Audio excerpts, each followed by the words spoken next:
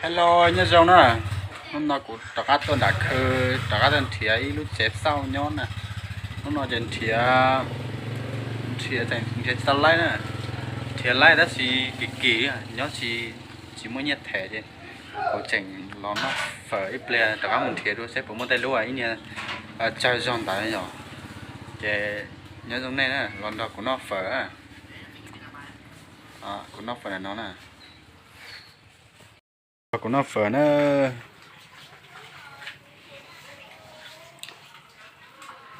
ta tôi còn là phở là cũng nó. Con này có thịt gì đây? Thịt lợn thôi, không có gì. Không có thịt đầu à? Có, có thì cho hết. Chả biết là bao nhiêu nhưng mà bảo cho hết. Ăn thì đầu mới ngon chứ.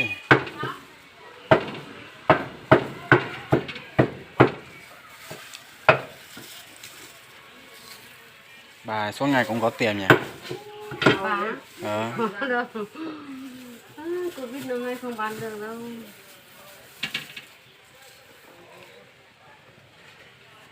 Đó cũng nó phở. Nó trẻ trẻ lan nhau nó vậy bỏ tôi like và xí rồi.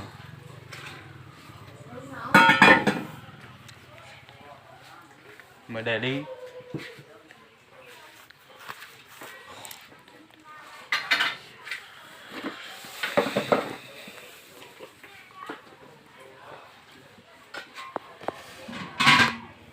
Cái này quay người ta mới thấy là mình ăn phở có ngon không ngon ấy. Ăn tối người ta vẫn không thấy mặt. Phở Đồng Vang ngon nhất.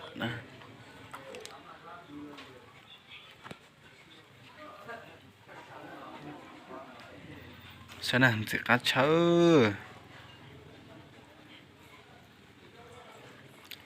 nên linh từ chỉ tao nó bây giờ phở nhá là chỉ tôi chọn tại Đông Vang nó chỉ tao nó phở Đông Vang thì tôi của cho này muốn non nữa cá chập là luôn mà tem mì du lọ nước mắm đầu là hồ xí nè có cho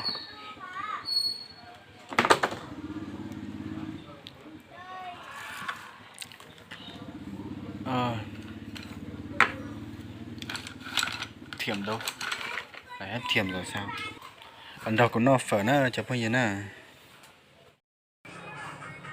vậy nó à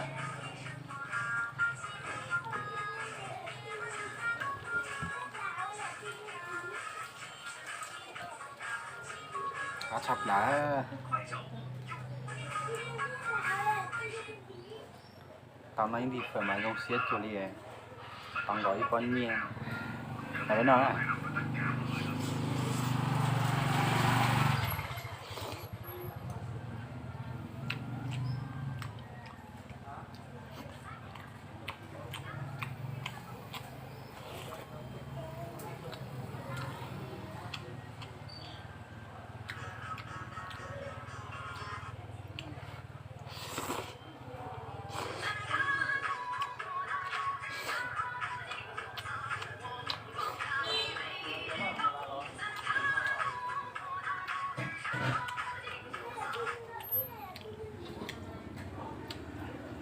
nó lò đọc của nó phở đẹp bao giờ cá thịt kia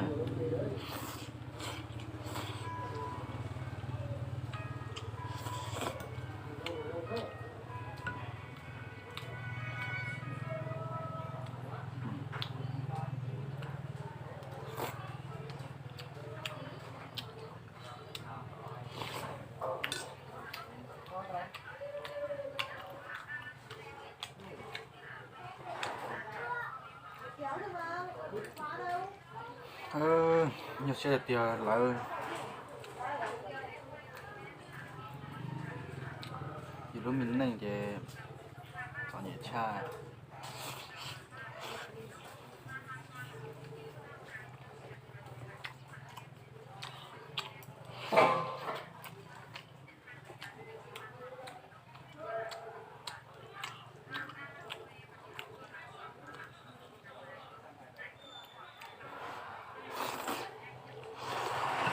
เ